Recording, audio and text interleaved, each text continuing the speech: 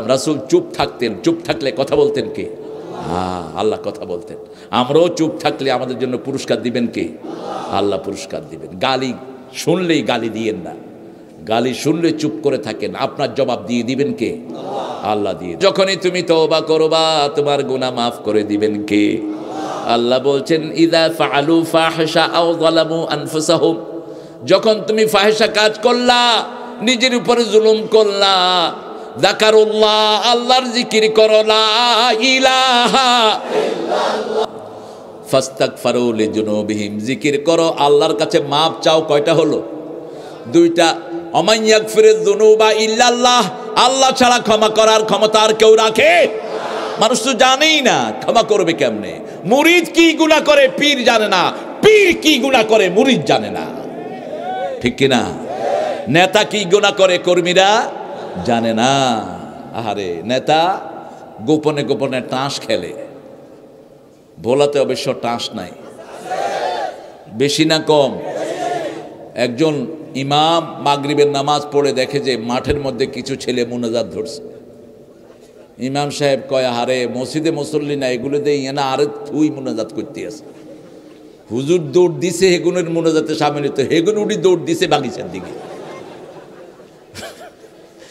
কয় কি রে? কয় হুজুর এটা হেই মুনাজাত না, এটা গুনাহ। গুনাহ ওরাও জানে গুনাহ, ঠিক না বেশি? টাস আছে যেখানে সর্বনাশ। জুয়াকে হারাম করে দিয়েছেন কে? আল্লাহ আমাদেরকে বোঝার তৌফিক দান করেন।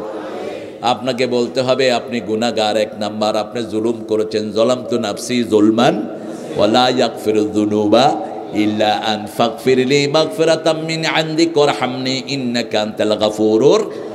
এই দোয়া পড়েছেন সর্বপ্রথম আবু বকর সিদ্দিক রাদিয়াল্লাহু আনহু। রাসূল সাল্লাল্লাহু আলাইহি ওয়াসাল্লাম বললেন, এই দোয়া যিনি পড়বে তার জীবনের সব গুনাহ আল্লাহ মাফ করে দিবে। ওমান ইয়াগফিরুয যুনুবা ইল্লাল্লাহ ওয়া লাম ইউসিররু আলা মা ফাআলু ওয়া হুম ইয়ালামুন।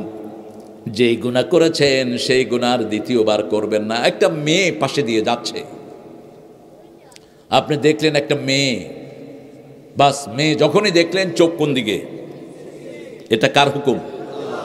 কুল লিল মুমিনিনা ইয়াগুদ্দু মিন আবসারিহিম কুল লিল মুমিনাতি ইয়াগুদ্দুনা মিন আবসারিহিন্না ওয়া ইয়াহফাযনা ফুরুজাহুন্না।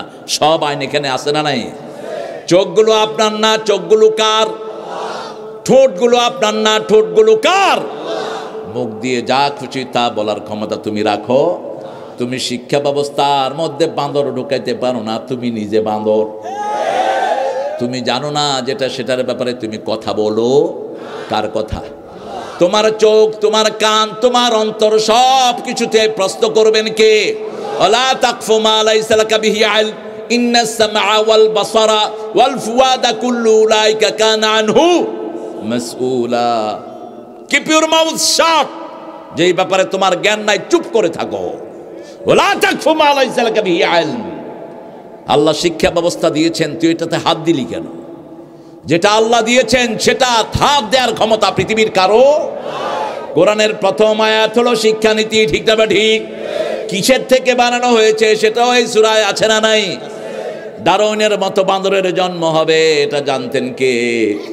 সেজন্য আগাম বলে দিয়েছেন। প্রথম আয়াতেই বলছেন ইকরা বিসমি রাব্বিকাল্লাযী খালাক খালাকাল ইনসানা মিন আলাক ইকরা ওয়া রাব্বুকাল আকরাম আল্লাযী আল্লামা বিল কলম আল্লামাল ইনসানা মা লাম।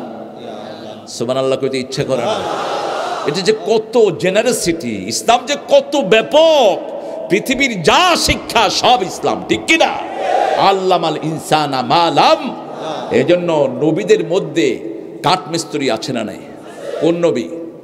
অসনাইল ফুলকা ফি আয়ুনিনা, আমার সামনে তুমি একটা নৌকা বানাও।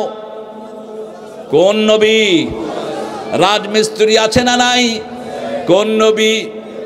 وَإِذْ يَرْفَعُ إِبْرَاهِيمُ الْقَوَاعِدَ مِنَ الْبَيْتِ وَإِسْمَاعِيلُ رَبَّنَا تَقَبَّلْ مِنَّا إِنَّكَ أَنْتَ السَّمِيعُ الْعَلِيمُ। কামার আছে না নাই? কামার কোন নবী?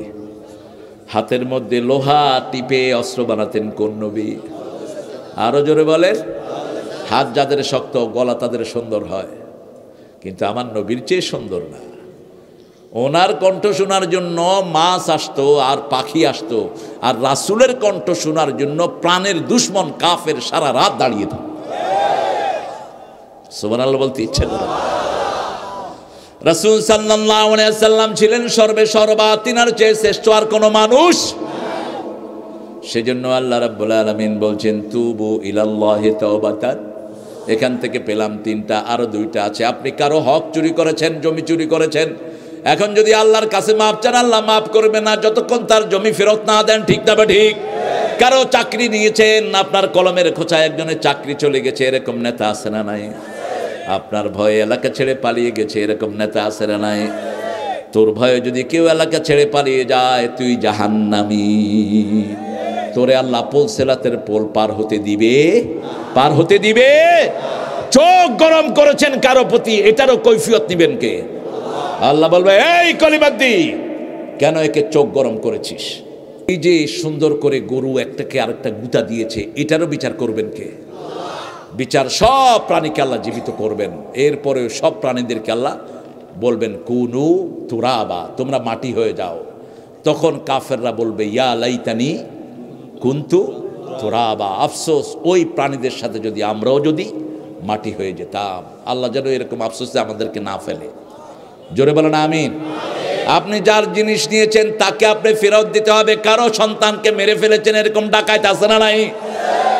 ওই পিতামাতা যতক্ষণ মাফ করবে না, আল্লাহ মাফ করবে।